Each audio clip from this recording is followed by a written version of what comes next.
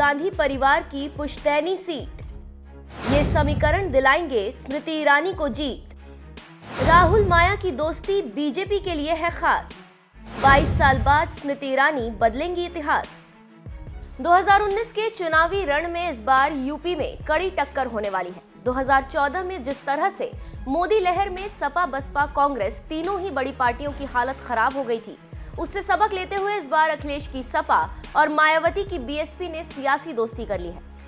तो वहीं कांग्रेस अकेले दम पर चुनाव लड़ने जा रही है, लेकिन कहा जा रहा है कि अंदर खाने कांग्रेस भी एसपी और बीएसपी के साथ मोदी लहर से टक्कर लेने के लिए साथ है। प्रियंका के आने से उत्साहित राहुल गांधी ने यूपी की सभी 80 सीटों पर अकेले लड़ने का ऐलान कर दिया है, लेकिन साथ ही ये भी संकेत दिए हैं कि जहां तक हो सकता है वो अखिलेश माया के साथ समझौता करने को तैयार है। कांग्रेस पार्टी विचारधारा की लड़ाई लड़ रही है और कांग्रेस पार्टी बैक फुट पे कहीं नहीं खेलने वाली। कांग्रेस पार्टी फ्रंट फुट पे खेलेगी। कांग्रेस पार्टी अपने विचारधारा के लिए लड़ रही है और चाहे प्रियंका हो चाहे ज्योतिरादित्य हो, कांग्रेस पार्टी के बहुत पावरफुल नेता हैं, लीडर्स हैं और इन दोनों युवा नेताओं से हम उत्तर प्रदेश की राजनीति को बदलना चाहते हैं। गठबंधन का तोड़ माना जाए क्या इसे? उत्तर प्रदेश में जो मायावती और अखिलेश यादव जी का गठबंधन हुआ। देखिए हमें ठीक है। मैंने पहले भी कहा, मायावती जी और अखिलेश जी का मैं पूरा आदर करता हूँ। मायावती जी और अखिलेश जी ने अपना गठबंधन बनाया और हम तीनों का लक्ष्य बीजेपी को हराने का है। तो हमारा कोई मायावती जी और अखिलेश जी से कोई दुश्मनी नहीं है, प्यार है, मगर हमें कांग्रेस पार्टी की विचारधारा के लिए लड़ना है। तो अब हम उत्तर प्रदेश में पूरे दम से लड़ेंगे। अगर वो बातचीत करना चाहते हैं आगे, कोई प्रॉब्लम नहीं। मतलब Priyanka ji also possible candidate. Rahul ji Priyanka ji also possible candidate. सीधी बात है, प्रियंका को और ज्योतिरादित्य को मैंने उत्तर प्रदेश 2 महीने के लिए नहीं भेजा। मैंने प्रियंका को और ज्योतिरादित्य को मिशन दिया है कि उत्तर प्रदेश में कांग्रेस पार्टी की जो सच्ची विचारधारा है, गरीबों की विचारधारा, कमजोर लोगों की विचारधारा, सबको लेकर आगे बढ़ने की, विकास की विचारधारा, उसके लिए लड़ना है। और मुझ में पूरा भरोसा है कि प्रियंका और ज्योतिरादित्य काम करेंगे। एक सेकंड भैया, काम करेंगे और जो उत्तर प्रदेश को चाहिए, जो उत्तर प्रदेश के युवा को चाहिए, वो कांग्रेस पार्टी दे सकती है। प्रियंका चुनाव लड़ेंगी ऑल्सो कैंडिडेट। प्रियंका चुनाव लड़ेंगी क्या? भैया देखिए, वो प्रियंका के ऊपर है। मेरा मेन पॉइंट है कि हम बैकफुट पे कहीं नहीं खेलने वाले हैं। हम ना गुजरात में बैकफुट पे खेलेंगे, ना उत्तर प्रदेश पे बैकफुट पे, कहीं भी हम बैकफुट पे नहीं खेलेंगे। और हम राजनीति जनता के लिए करते हैं, विकास के लिए करते हैं और जहां भी हमें अपॉर्चुनिटी मिलेगी हम फ्रंट फुट पे खेलेंगे। और मुझे लगता है कि इस स्टेप से उत्तर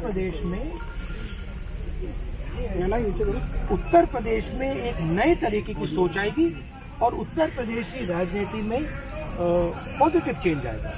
अंत में मैं फिर दोहराना चाहता हूँ, मायावती जी और अखिलेश जी का मैं पूरा आदर करता हूँ, रिस्पेक्ट करता हूँ। हमारी विचारधारा में बहुत सिमिलैरिटीज है। हमारी लड़ाई बीजेपी के खिलाफ है और जहां भी हमारा कोऑपरेशन हो सकता है मायावती जी के साथ, अखिलेश जी के साथ, हम कोऑपरेशन करने के लिए तैयार हैं। आफ्टर इलेक्शन जहां भी हम बीजेपी को हराने के लिए एक साथ काम कर सकते हैं, हम करेंगे। मगर कांग्रेस पार्टी की विचारधारा, कांग्रेस पार्टी की जगह बनाने का काम हमारा है और हमने इस जगह बनाने के लिए एक बड़ा स्टेप लिया है। राहुल गांधी भले ही यूपी में फ्रंट फुट पर खेलने की बात कर रहे हों, लेकिन बड़ा सवाल ये है कि क्या वो अमेठी की अपनी पुश्तैनी सीट इस बार बचा पाएंगे? क्योंकि 2014 में हार के बावजूद जिस तरह से बीजेपी नेता स्मृति ईरानी अमेठी में सक्रिय हैं, उससे लगता है राहुल गांधी को वो 2019 में भी चैन से बैठने नहीं देंगी। हमने 2014 में अमेठी की जनता को आश्वस्त किया था कि वो राहुल गांधी जो ईद का चांद है अमेठी के लिए, वो राहुल गांधी जो अमेठी 5 साल में एक बार आते हैं, उस अमेठी में 2014 में हमने जनता के सम्मुख प्रतिज्ञा की थी कि बार बार राहुल गांधी के दर्शन कराएंगे। मुझे खुशी है इस बात की कि 2019 के आगाज में राहुल गांधी जी दर्शन देने पर विवश हुए हैं अमेठी की जनता को। लेकिन फर्क देखिए, भाजपा के कार्यकर्ता जब अमेठी में जमीन पर उतरते हैं तो विकास के सीटी स्कैन जैसे सेंटर्स का उद्घाटन भी करते हैं, काम भी करते हैं।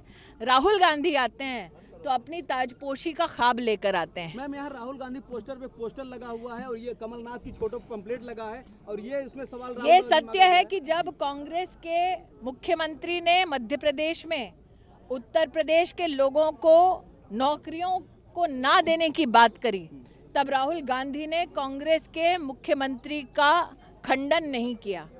ये सत्य है कि राहुल गांधी का जो पोस्टर लगा रहे हैं आज, उनको भी पता है कि राहुल गांधी को महागठबंधन में इस प्रकार का आशीर्वाद ना मायावती से प्राप्त हुआ है, ना अखिलेश से प्राप्त हुआ है, ना ममता से प्राप्त हुआ है। तो अगर खुद ख्वाब देखना चाहें तो मुंगेरी लाल के सपने देखने में किसने मना किया है? राहुल गांधी के कार्यक्रम में बदलाव हुआ, आज सुबह आने वाले थे, अब शाम में आ रहे हैं, आपसे डर गए? अंधेरे में आ रहे हैं, आप ही निष्कर्ष निकालिए। राहुल गांधी देश भर में माननीय प्रधानमंत्री जी को जिस प्रकार से अपमानित करने का प्रयास करते हैं, शायद वो इस बात को स्वीकार करना नहीं चाहते कि अमेठी का चौमुखी विकास तब संभव हुआ है जब माननीय प्रधानमंत्री नरेंद्र भाई मोदी ने अमेठी के प्रति अपने जो भी वचन थे उनको पूर्ण करने में पूरी समर्पित भावना से काम किया है। मोदी और योगी सरकार के चलते अमेठी में एक लापता सांसद की वजह से विकास नहीं हुआ, मोदी और योगी की वजह से विकास हुआ है और उसका बहुत बड़ा प्रमाण इस कार्यक्रम में मिला है। मैं इतना ही कहूंगी, राहुल गांधी प्रधानमंत्री पर वार करते हैं, संघ पर वार करते हैं। आज संघ के एक बहुत वरिष्ठ यहाँ पर उपस्थित थे। 10 करोड़ की लागत से विशेष स्वास्थ्य केंद्र संघ के सहयोग से अमेठी में बन रहा है। तो वो जितना अपमानित करते हैं, वो जितना कलंकित करते हैं, उससे ज्यादा बढ़ चढ़कर विकास का कार्य अमेठी में संगठन, संघ या सरकार तीनों की ओर से होता है। अमेठी से ऊंचाहार रेलवे लाइन आएगी, ये वादा गांधी परिवार ने 3 पीढ़ी तक किया। इंदिरा जी के मुंह से सुना, राजीव जी के मुंह से सुना, कभी कभी राहुल जी भी इस पर भाषण देते हैं। बोलते सब है, करता कोई कुछ नहीं है। मैंने उस वक्त वचन दिया था कि आप जितना स्नेह दे रहे हैं, भले ही पुश्तों से कांग्रेस पार्टी इस रेलवे लाइन का कुछ ना कर पाई, लेकिन जब नरेंद्र मोदी देश के प्रधानमंत्री बनेंगे, अमेठी से ऊंचाहार की रेलवे लाइन का सपना साकार होगा। और आज मैं बड़े गर्व के साथ कहती हूं कि पिछले रेल बजट में सुल्तानपुर से अमेठी ऊंचाहार के लिए रेलवे लाइन का बजट देश के इतिहास में पहली बार नरेंद्र मोदी के नेतृत्व में स्वीकृत हुआ। सम्राट साइकिल के बारे में मैं नहीं, अमेठी की जनता बोले। सम्राट साइकिल के बारे में अमेठी के कितने नागरिक जानते हैं? हाथ उठाओ भैया। 80 के दशक में 65 एकड़ जमीन किसकी ली जाती है? किसकी ली जाती है? किसके लिए ली जाती है? कंपनी खोलने के लिए। आज अमेठी की जनता से पूछती हूं, उस जमीन को फरवरी के महीने में, स्टैंप पेपर है भैया, फरवरी के महीने में 24 फरवरी 2015 को राजीव गांधी चैरिटेबल ट्रस्ट ने खरीद लिया। वो कंपनी खुली क्या? बीजेपी अपने स्तर से राहुल को अमेठी में घेरने की पूरी तैयारी कर रही है, लेकिन जिस तरह से सपा बीएसपी साथ आने के बाद अमेठी की सीट कांग्रेस के लिए छोड़ी है, उससे कांग्रेस को फायदा मिलने की बजाय कहीं ऐसा न हो कि इसी वजह से कांग्रेस के हाथ से अमेठी निकल ही ना जाए। फिलहाल 2014 के चुनाव में जिस तरह से नतीजे आए थे, वो तो यही दिखा रहे हैं। 2014 के आम चुनाव में अमेठी सीट पर कुल 8,74,625 वोट पड़े थे। इस सीट पर कुल 5 उम्मीदवार प्लस नोटा भी मैदान में था। बाजी भले ही राहुल गांधी के हाथ लगी थी, लेकिन पहली बार अमेठी में उतरी स्मृति ईरानी ने भी इन्हें कड़ी टक्कर दी थी। राहुल को कुल 4,08,651 वोट मिले थे। स्मृति ईरानी को 3,07,48 वोट मिले थे। बीएसपी उम्मीदवार धर्मेंद्र प्रताप सिंह को 57,716 वोट मिले थे।